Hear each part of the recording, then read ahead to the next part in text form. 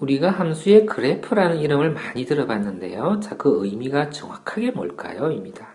자, 우리가 앞서 정의역에 있는 원소를 이야기를 들었죠? 자, 그리고 정의역에 있는 원소를 함수 대응시켜서 대응 값으로서 얻어진 값. 그것을 함수 값이라 그랬습니다. 그래서, x라는 정의역에 있는 어떤 원소와 함수 값을 대응시킨 순서쌍이 있죠. 그 순서쌍들을 원소로 가지는 집합. 이것을 우리는 그래프라 이야기합니다. 그래프는 그림 아니었나요? 아닙니다. 이것이 우리는 그래프의 정의입니다. x 좌표와 x와 그리고 이 x에 대한 함수 값을 이렇게 대응시켜 놓은 거. 그러면 대응이란 단어가 굉장히 중요한 단어입니다. 그죠? 근데 왜 책들에서는 그렇게 자세하게 설명을 안 해놨을까요? 자, 그래서 x와 함수값을 이렇게 대응시켜 놓은 거, 순서상으로 나열해 놓은 거. 자, 이것을 우리는요, 그래프라 한다고요. 그럼 지금까지 보던 그림은 도대체 뭡니까? 그 그래프를요, 기하적인 표현으로 y축에다가, x축에다 표현한 것을 말하는 거예요.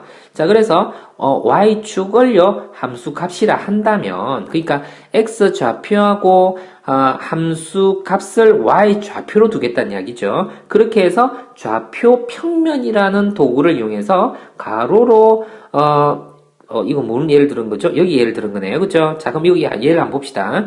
0과 1과 2라는 세 개의 원소가 있어요. 그때 함수 값을 얻었더니 0일 때 마이너스 1, 1일 때 0, 2일 때 1이라는 함수 값을 다 구했죠. 그죠? 그럼 이거는 어떻게 해요? x 값이 0일 때에 y 값이 얼마라고요? 함수 값이 얼마라고요? 마이너스 1에 대응을 시킨 겁니다. 자, x 값이 1일 때 y 값이 0이죠. 그럼 2점이 되네요. 자, x 값이 1일 때 y 값이 1이네요. 그죠? 자, y 값이라고 했는데 그 y 값을 fx라고 썼다면 말이에요.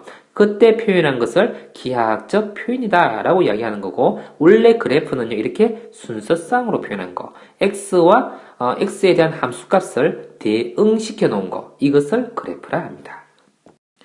자, 그런데요. 자, 우리가 왜 그림을 그린 것을 자꾸 그래프로 인식할까요? 이렇게 우리가 정의역의 개수가 제한되어 있는 경우를 별로 다루지 않았기 때문에 그래요. 자, 그러면 한번 볼까요?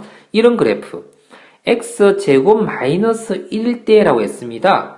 대응관계식은 주어졌죠? 근데 뭐가 없어요? 정의역이 안 적혀 있죠? 안 적혀 있으면 뭐라고요? 실수 전체가 정의역이라고요. 그럼 점이 모두 몇 개가 나올 것 같아요? 이러한 순서쌍이요. 무수히 많이 나오죠? 그걸 어떻게 다 나열합니까? 안 되죠? 그래서 우리는 그래프를요, 좌표 평면의 편의상 그린 거예요. 그러니까, 1을 넣어보니까 0이 나오더라, 2를 넣으니까, 3이 나오더라, 이런 식으로 말이에요. 점들을 다 찍어본 거예요. 그걸 연결했더니 그림 모양으로 나왔죠? 그래서 이 그림을 보고서 우리는 그래프다라고 했었던 겁니다. 이해되나요? 자, 그러면 이 그림으로 그려져 있는 그래프를 보면서 우리는요, 함수냐 아니냐를 따질 수 있어야 되는데, x값 하나에 어떻게 함수값이 하나씩 대응돼야 되죠, 그죠? x값이 뭐 마이너스일 때 어떤 함수값 딱 한 개 있죠? x가 요만큼 있을 때 함수값 딱 한 개 있죠? 자, 그림을 한번 그려봤습니다. 뭐죠? x값이요, x축을 따라 움직일 때마다 파란색과 빨간색이 만나는 점 있죠? 그게 바로 함수값입니다. 함수값의 높낮이를 말하는 거죠. 그 높낮이 값들이 몇 개씩 있습니까? 딱 한 개씩만 있죠, 그죠? 딱 한 개씩만 있기 때문에 우리는 이것을 함수라고 할 수 있어요. x값 하나에 대해서 y값이 하나씩 대응된다라는 뜻인 것이지요. 자, 그러면 함수의 그래프인 것을 4개 중에서 한번 골라 보려고 합니다. 자, 그러면 좀 전에 자, 보던 것처럼요. 자, 가로 방향으로 x가 하나씩 움직이고 있을 때 y값이 하나씩 대응되고 있습니까? 그렇죠? 하나씩 움직이는 거 맞아요? 자, 그래서 이것을 우리는요, 함수라고 한다고요. 자, 그런데 이쪽 한번 가볼까요? x값 하나에 대해서 y값이 하나씩 대응되었습니까? 이 끊어진 부분, 여기 보면 어떻게 됩니까? 여기 하나 대응되었나요? 그렇죠. 위에는 아니고 아래만 대응된 겁니다.